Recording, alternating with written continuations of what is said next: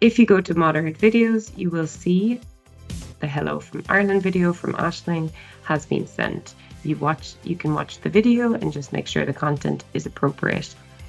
For the platform, you can choose approve. Here it says students cannot view videos until you have approved them.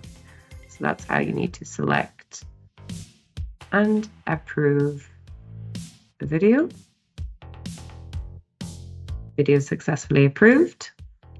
So this means it should appear because we chose for this to be public, meaning that the video should also appear on the student platform. Here it is. Students can also leave comments for their exchange partners. So how they would do that is just go into the video and at the bottom leave a comment. So here, for example, comment created but is pending validation by your teacher. So again, the students' comments do not go directly to the platform. They will go to the teacher platform to be validated. So that comes down here to moderate comments. You will see that Aisling has tried to leave a comment saying great video. You can approve this and comment approved successfully. So that means on the Virtual Exchange homepage, you will see the video, but also the comment when you go into the video.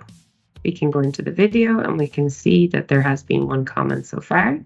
So everything on your side you have authorized and uploaded it to the video, and that the students will also be able to see this.